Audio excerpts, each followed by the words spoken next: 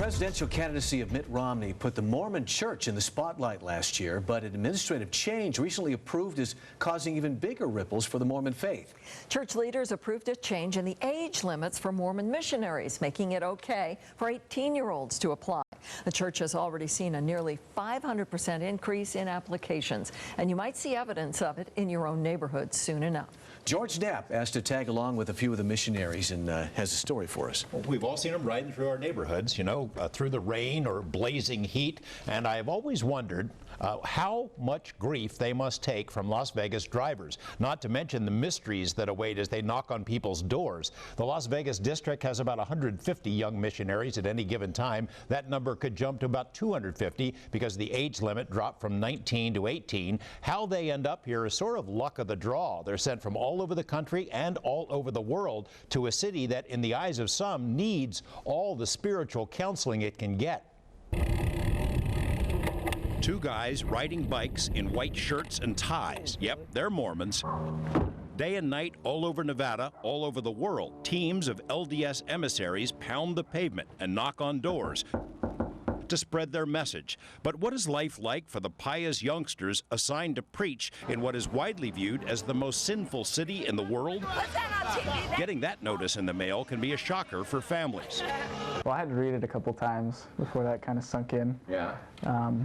First, my mom wasn't too happy. Brett Weeks is from Vermont, his missionary companion Brian Fairbanks from Canada. For the past few months, they've spent every moment 24/7 within sight and earshot of each other. They live in a two-bedroom apartment owned by the church, but bunk in the same room. There are snippets of personality on their walls, but they are by no means typical roommates for their age group. There's no TV, no radio, no movies, no Facebook or Twitter, no dating of any kind for the 2-year duration of their assignment. Even contact with their faraway families is limited.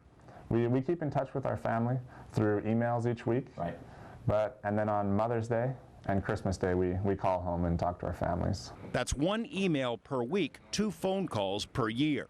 Homesickness can be a serious problem for many, so the church keeps them busy, starting with 6:30 a.m. exercise, then a few hours of Bible study and planning out their day, and then hitting the bricks until 9 or so at night, much of it just cold calling. Would we be able to come back another time when you're not busy? No. Knocking on doors, but strictly within their assigned neighborhoods. About 90% of the time, they say, the people who answer are not interested.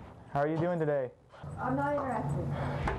Las Vegas, being what it is, presents special challenges. You never know if the person answering the door is a sleepy shift worker, exotic entertainer, or angry gambler who's lost one too many hands. You have people that are pretty receptive and other people who either it's not a good time or you just catch them while they're sleeping, and if they work nights and things like that. And we knocked on this one door and this guy jumps out with a gun pointing at us.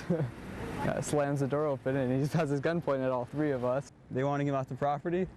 And they said they started taking out the hose, started go to spray him. The missionaries all have their stories, but are reluctant to gripe. You can imagine the issues faced by those who navigate Las Vegas traffic via bicycle every day. The cold of winter, the blazing heat of summer, angry or distracted drivers, DUIs. About 30% of local missionaries use bikes at any given moment. The others are assigned cars or trucks. In 1 month, 5 of the local vehicles were totaled in accidents. Missionaries in other parts of the world face more dangerous challenges: kidnappings, murders, hit-and-run fatalities. But obviously there are areas of the world that are much riskier than others. Mission President Jerry Black says, for the most part, Las Vegas is remarkably friendly toward the youngsters he oversees. And despite our image, many of them like it so much they later end up returning here to live. This is our transfer board, and Black decides which missionaries are paired together, where they live and work, and for how long. His decisions are based on prayer, but are organized like a military operation. Las Vegas presents temptations not seen elsewhere, he says. They have to keep their thoughts clean, pure, and then all you have to do is drive down any freeway to recognize that you have a challenge on that one.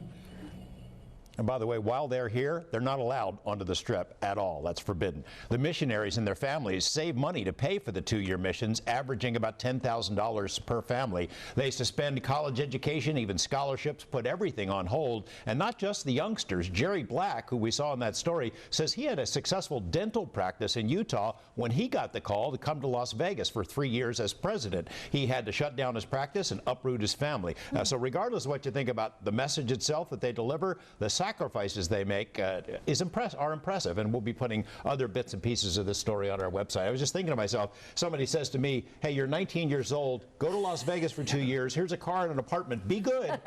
Good luck with that. I know how that's going to turn out. Yeah. Thanks, George. That was interesting. Very Something we interesting. always wanted to know. Yeah.